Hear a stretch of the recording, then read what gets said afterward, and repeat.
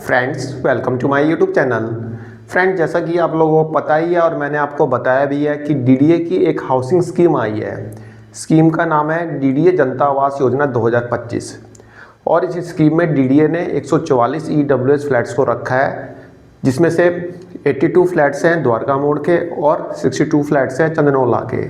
इन दोनों लोकेशंस की विजिट हम कर चुके हैं। यदि आपने वो वीडियो नहीं देखी तो लिंक डिस्क्रिप्शन बॉक्स में दे दूंगा, जाके देख लेना। फ्रेंड्स, डीडीए जो इस स्कीम में अपने फ्लैट्स का अलॉटमेंट करने जा रहा है वह करने जा रहा है ड्रॉ के थ्रू। और डीडीए यहाँ पे 4 साल बाद अपना ड्रॉ सिस्टम लेके आ रहा है। 2021 की scheme DDA special housing scheme 2021 के बाद डीडीए अब दोबारा से अपना ड्रॉ बेस्ड सिस्टम को यहाँ पे इंट्रोड्यूस कर रहा है। फ्रेंड्स, यहाँ पे डीडीए आपसे 2500 रुपये लेगा। 2500 रुपये रजिस्ट्रेशन चार्जेस लेगा और 2500 रुपये रजिस्ट्रेशन चार्जेस पे करके आप इस स्कीम के लिए एलिजिबल हो जाएंगे, यानी कि इस स्कीम में एप्लीकेशन फिल करने के लिए एलिजिबल हो जाएंगे। फ्रेंड्स, अब बात आती है कि 2500 रुपये का अमाउंट पे करके क्या हम अपना एप्लीकेशन इस स्कीम में सबमिट कर सकते हैं? तो भाई सब एप्लीकेशन सबमिट होगा तभी तो ड्रॉ निकलेगा। तो क्या 2500 रुपये सिर्फ इतना ही पे करना है? और काफ़ी लोगों के मन में यह है कि हाँ भाई 2500 रुपये द्वारका मोड़ के कर देंगे, 2500 रुपये चंदनौला के कर देंगे, निकलना होगा निकल जाएगा, नहीं निकलना होगा कोई बात नहीं। लेकिन 2 का करेंगे तो चांसेस थोड़े मतलब होते हैं कि हाँ भाई शायद निकल जाए। तो डीडीए क्या 2500 रुपये में आपको एप्लीकेशन फिल करना अलाउड कर रहा है यहाँ पे? फ्रेंड्स, वैसे तो डीडीए का ब्रोशर आने के बाद पूरी क्लैरिटी मिल जाएगी कि भाई 2500 रुपये ही सिर्फ पे कर रहे हैं या कुछ बुकिंग अमाउंट भी पे करना है। लेकिन जो डीडीए का ट्रेंड रहा है, जो उसके ड्रॉ बेस्ड स्कीम का, वो हम यहाँ पे समझ लेते हैं। फ्रेंड्स, यहाँ पे 2500 रुपये तो आपका रजिस्ट्रेशन अमाउंट पे करना ही होगा, जो कि नॉन रिफंडेबल है। इसके अलावा डीडीए बुकिंग अमाउंट भी रख सकता है। जी हाँ फ्रेंड्स, बुकिंग अमाउंट भी रखेगा डीडीए यहाँ पे, जो कि 25,000 से लेकर 50,000 हो सकता है। अब कितना डीडीए रखता है ये तो डीडीए का ब्रोशर आने के बाद ही पता चलेगा। 1-2 दिन में ब्रोशर आ जाएगा तो सब चीज़ क्लियर हो जाएगा।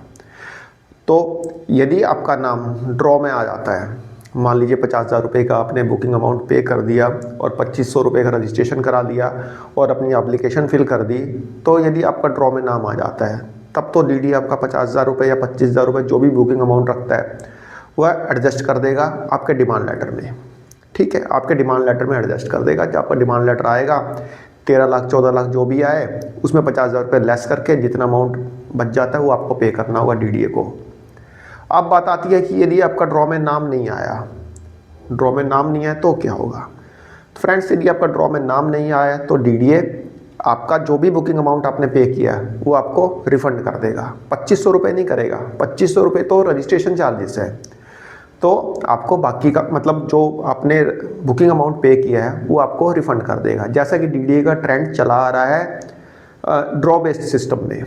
ठीक है, अब बात आती है कि यदि आपका फ्लैट निकल जाता है, मतलब कि आपके नाम का ड्रॉ निकल जाता है और आप बोलते हैं कि भाई फ्लैट तो मैं ले नहीं पाऊँगा, पैसे तो है नहीं, या फिर कोई और दिक्कत है, या फिर आपको फ्लैट उस समय पसंद नहीं आता है, या आपका 13 फ्लोर निकलता है, आप बोलते हैं यार 13वें फ्लोर पे कौन जाएगा, 12वें फ्लोर पे कौन जाएगा, मैं तो छोड़ रहा हूँ, मैं नहीं लेता फ्लैट।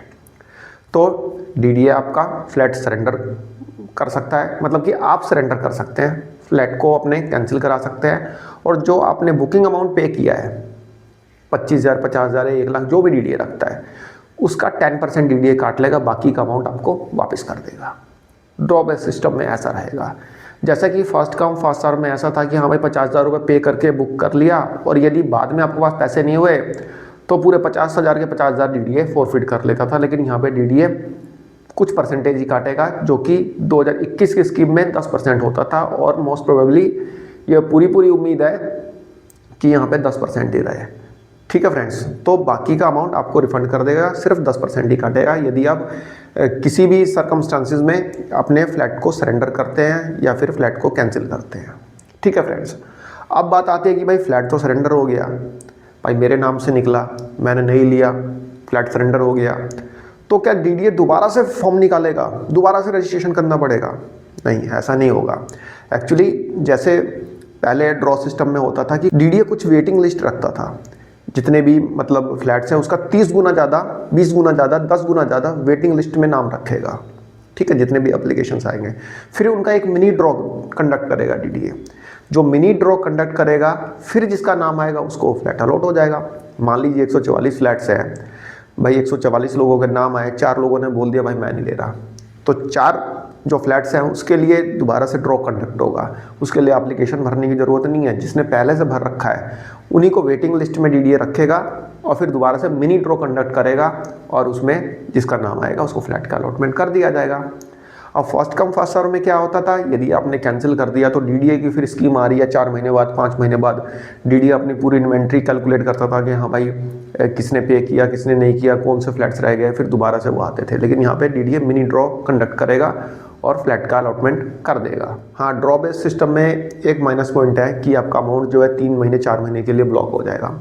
मान लीजिए आपने 50,000 रुपये दे के फ्लैट बुक किया, मतलब कि बुकिंग अमाउंट पे किया, आपका फ्लैट निकले ना निकले 50,000 रुपये 3 महीने 4 महीने के लिए बुक हो जाता है, क्योंकि रिफंड भी आने में टाइम लग जाता है इसमें। इसके अलावा डीडीए की प्रीवियस स्कीम्स में जो कि ड्रॉ बेस्ड होती थी उसमें एक और ट्रेंड होता था। ट्रेंड ये होता था कि मान लीजिए कोई एप्लीकेशन आपने फिल की, डीडीए ने 10 लोकेशन के फ्लैट्स निकाल दिए, ठीक है, नरेला के, द्वारका के, लोकनायकपुरम के, नरेला सेक्टर G2 G6, मतलब 10 लोकेशन के फ्लैट्स निकाल दिए। आप हर एक लोकेशन के लिए अलग अलग फॉर्म नहीं डालेंगे, एक फॉर्म डालेंगे, एक ही फॉर्म में प्रायोरिटी टिक करेंगे। हाँ भाई, फर्स्ट नंबर पे द्वारका हो गया, सेकंड नंबर पे नरेला हो गया, तीसरे नंबर पे लोकनायकपुरम हो गया, चौथे नंबर पे मंगलापुरी हो गया। तो प्रायोरिटी टिक करनी होगी। ऐसा नहीं है कि आप 10 लोकेशन है तो 10 लोकेशन के लिए आप फॉर्म भर दें, फॉर्म एक ही भरा जाएगा, आप प्रायोरिटी टिक करेंगे। ऐसे ही डीडीए ने आज इसके रिगार्डिंग एक कोरिजेंडम निकाला है। कोरिजेंडम में डीडीए ने बोला है कि हाँ भाई, आप फॉर्म दोनों लोकेशन के लिए नहीं भरेंगे, आप लोकेशन की प्रायोरिटी टिक करेंगे। आइए फ्रेंड्स देख लेते हैं डीडीए का कोरिजेंडम।